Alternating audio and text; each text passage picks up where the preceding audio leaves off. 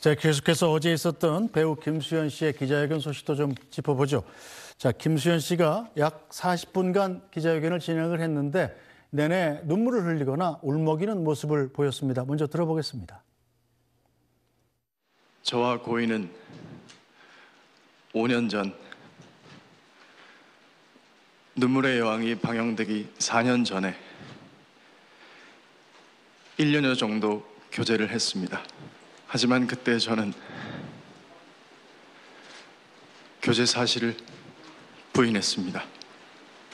인간 김수현과 스타 김수현의 선택이 엇갈릴 때마다 저는 늘 스타 김수현으로서의 선택을 해왔던 것 같습니다. 하지만 만약 다시 눈물의 여왕이 방영중이던 때로 돌아간다고 해도 저는 다시 그 선택을 할 것입니다.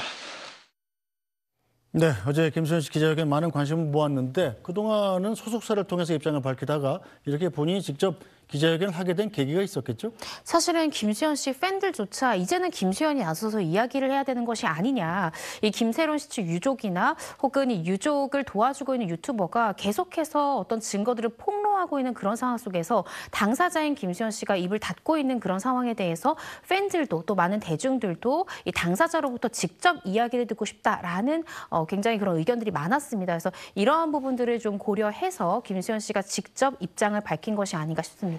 네, 자, 가장 핵심적인 사항이 바로 김세론 씨가 미성년자였을 때 사귀었느냐인데, 자, 어제 기자회견에서 김수현 씨 성인이 된 뒤에 1년 정도 교제했다는 입장을 고수했어요.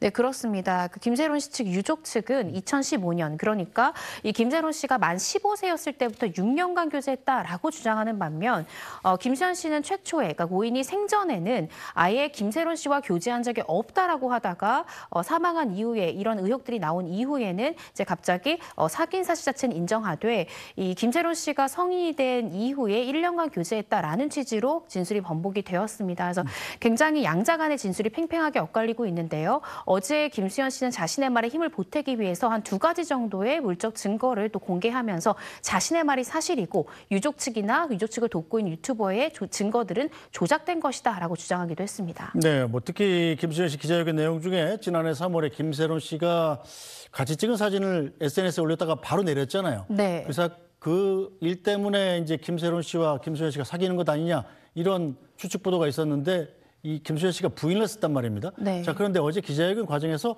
다시 같은 일이 있더라도 똑같이 하겠다 이런 얘기를 해서 또 논란이 커지고 있군요. 그렇습니다. 그러니까 그때 당시에 눈물의 여왕이라는 굉장히 인기 드라마가 방영 중이었기 때문에 내가 김세론과의 열애 사실을 인정했다가는 이 드라마 제작사들뿐만 아니라 내가 지켜야 하는 또 소속사 직원 등 다른 사람들한테 피해를 입힐 수 있었기 때문에 스타 김수현을 선택해서 나는 다시 그때로 돌아가더라도 김세론과의 교제서를 부인하는 선택을 할 것이다 라고 발언한 거거든요. 네. 어떤 입장인지는 충분히 알겠지만 사실은 김세론 씨가 그때 당시에 김수현 씨가 교제 사실을 부인함으로써 그 해당 유튜버로부터 또 거센 질타를 받기도 했거든요. 네. 그런 부분들이 또 김세론 씨한테는 심적인 어떤 압박으로 다가올 수 있는 그런 가능성이 있는 상황에서 구태여 또 기자회견 자리에서 다시 돌아가더라도 나는 교제서를 부인했을 것이다 라는 대답을 했어야 되냐라는 또 대중의 질타들도 있었습니다. 네, 자, 유족 측이 지금 2016년, 그러니까 김세론 씨가 2000년생이니까 16살 때 나오는 대화 내용이라면서 이제 김수현 씨와의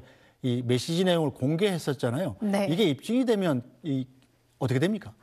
만약에 2015년, 2016년에 네. 김세론 씨 측 유족이 주장하는 것처럼 당시에 김수현 씨와 교제를 했고 어떤 성적 행위가 있었다는 것까지 입증된다 하더라도 사실은 그때 당시에는 개정전 형법이 적용이 되기 때문에 미성년자 의제 간음이나 추행죄, 즉 합의하에 어떤 성적 행위를 미성년자와 하려면 이 피해자 미성년자가 13세 미만의 자여야 됩니다. 근데 그때 당시에 이미 김세론 씨가 15세 이상이었기 때문에 사실은 당시 현행법에 의하더라도 하더라도 어떤 성범죄로 김수현 씨를 처벌하기는 조금 어려운 상황이다 이렇게 볼 수 있을 것 네, 같습니다. 어제 기자회견에서 김수현 씨 이 대화 내용도 전부 조작된 것이라고 주장했어요.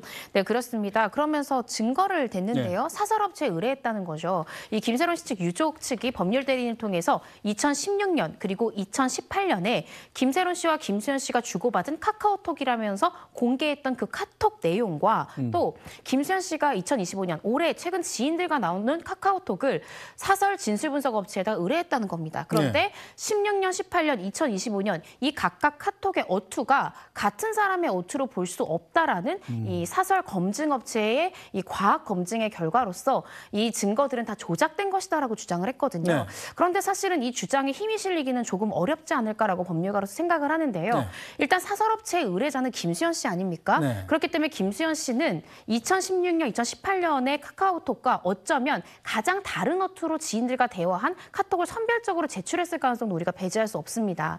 그리고 보통 진술 분석이라는 것은 카톡의 어투를 분석하는 것이 아니라 수사기관의 이 진술 조서나 증인신문 녹취록 등을 분석하는 것이 통상적이지 네. 카카오톡의 어투 또 선별적으로 제출한 것에 따른 그 분석이 과연 신빙성이 높을까라는 생각이 들고요.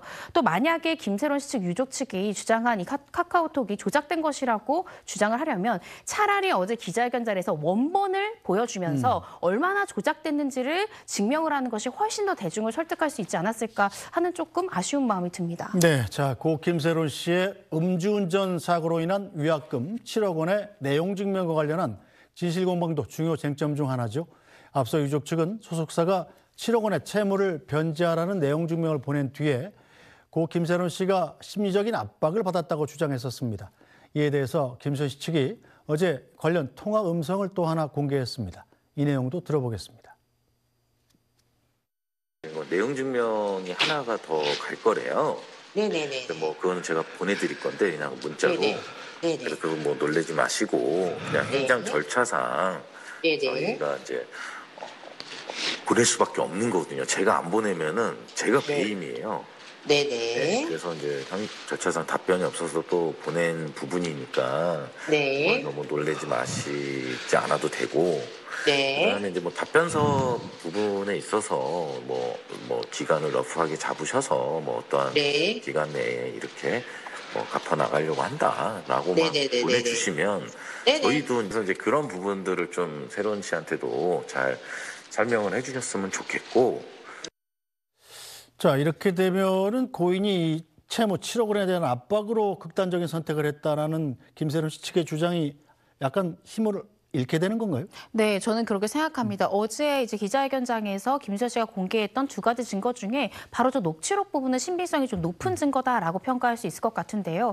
저 녹취록 기자 내용을 우리가 종합해 보면 결국 각 소속사 대표끼리 그 내용 증명은 결국 형식적인 것이고 이로 인해서 7억 원을 당장 갚으라는 이 변제 촉구나 압박은 아니었다라는 점이 비교적 명백하게 입증되는 것 같아서요. 만약에 그 녹취 파일이 수사기관에서 어떤 조작이나 가공된 게 아니다 라고 하면 이 때문에 김세론 씨가 극단적인 선택을 결심하게 됐다라는 유족 측의 주장 이 부분에 대해서는 힘이 좀 잃어질, 그러니까 힘이 좀 상실될 그런 가능성이 있을 것 같습니다. 네, 자 김수현 씨 측 유족 측에 120억 원 상당의 배상도 청구했더군요. 배상의 치고는 상당히 큰 금액이죠. 네, 그렇습니다. 사실은 7억 원의 변제 압박 때문에 우리 딸이 사망하게 됐다라고 지금 유족이 이야기를 하고 있는데 갑자기 어제 기자회견 자리에서 유튜버뿐만 아니라 이 김세론 씨의 유족을 상대로도 120억 원을 배상하라는 청구를 했다라고 이야기한 부분이 사실은 이 대중들에게 과연 설득할 수 있는 부분이었을까라는 또 개인적인 의구심이 들긴 하는데요. 일단 김수현 씨는 지금 유튜버와 또 이 김세론 씨 측의 유족이 허위 사실을 적시해서 명예를 훼손하고 있고 이로 인한 손해가 굉장히 막심하다라는 취지로 120억 원을 배상하라라는 민사소송을 제기했다고 어제 밝혔습니다. 알겠습니다. 자, 오늘 말씀은 여기까지 듣겠습니다. 이경훈 변호사님 말씀 잘 들었습니다. 네, 뉴스 브리핑은 오늘 여기서 모두 마치겠습니다. 저희는 내일 다시 찾아뵙겠습니다. 고맙습니다.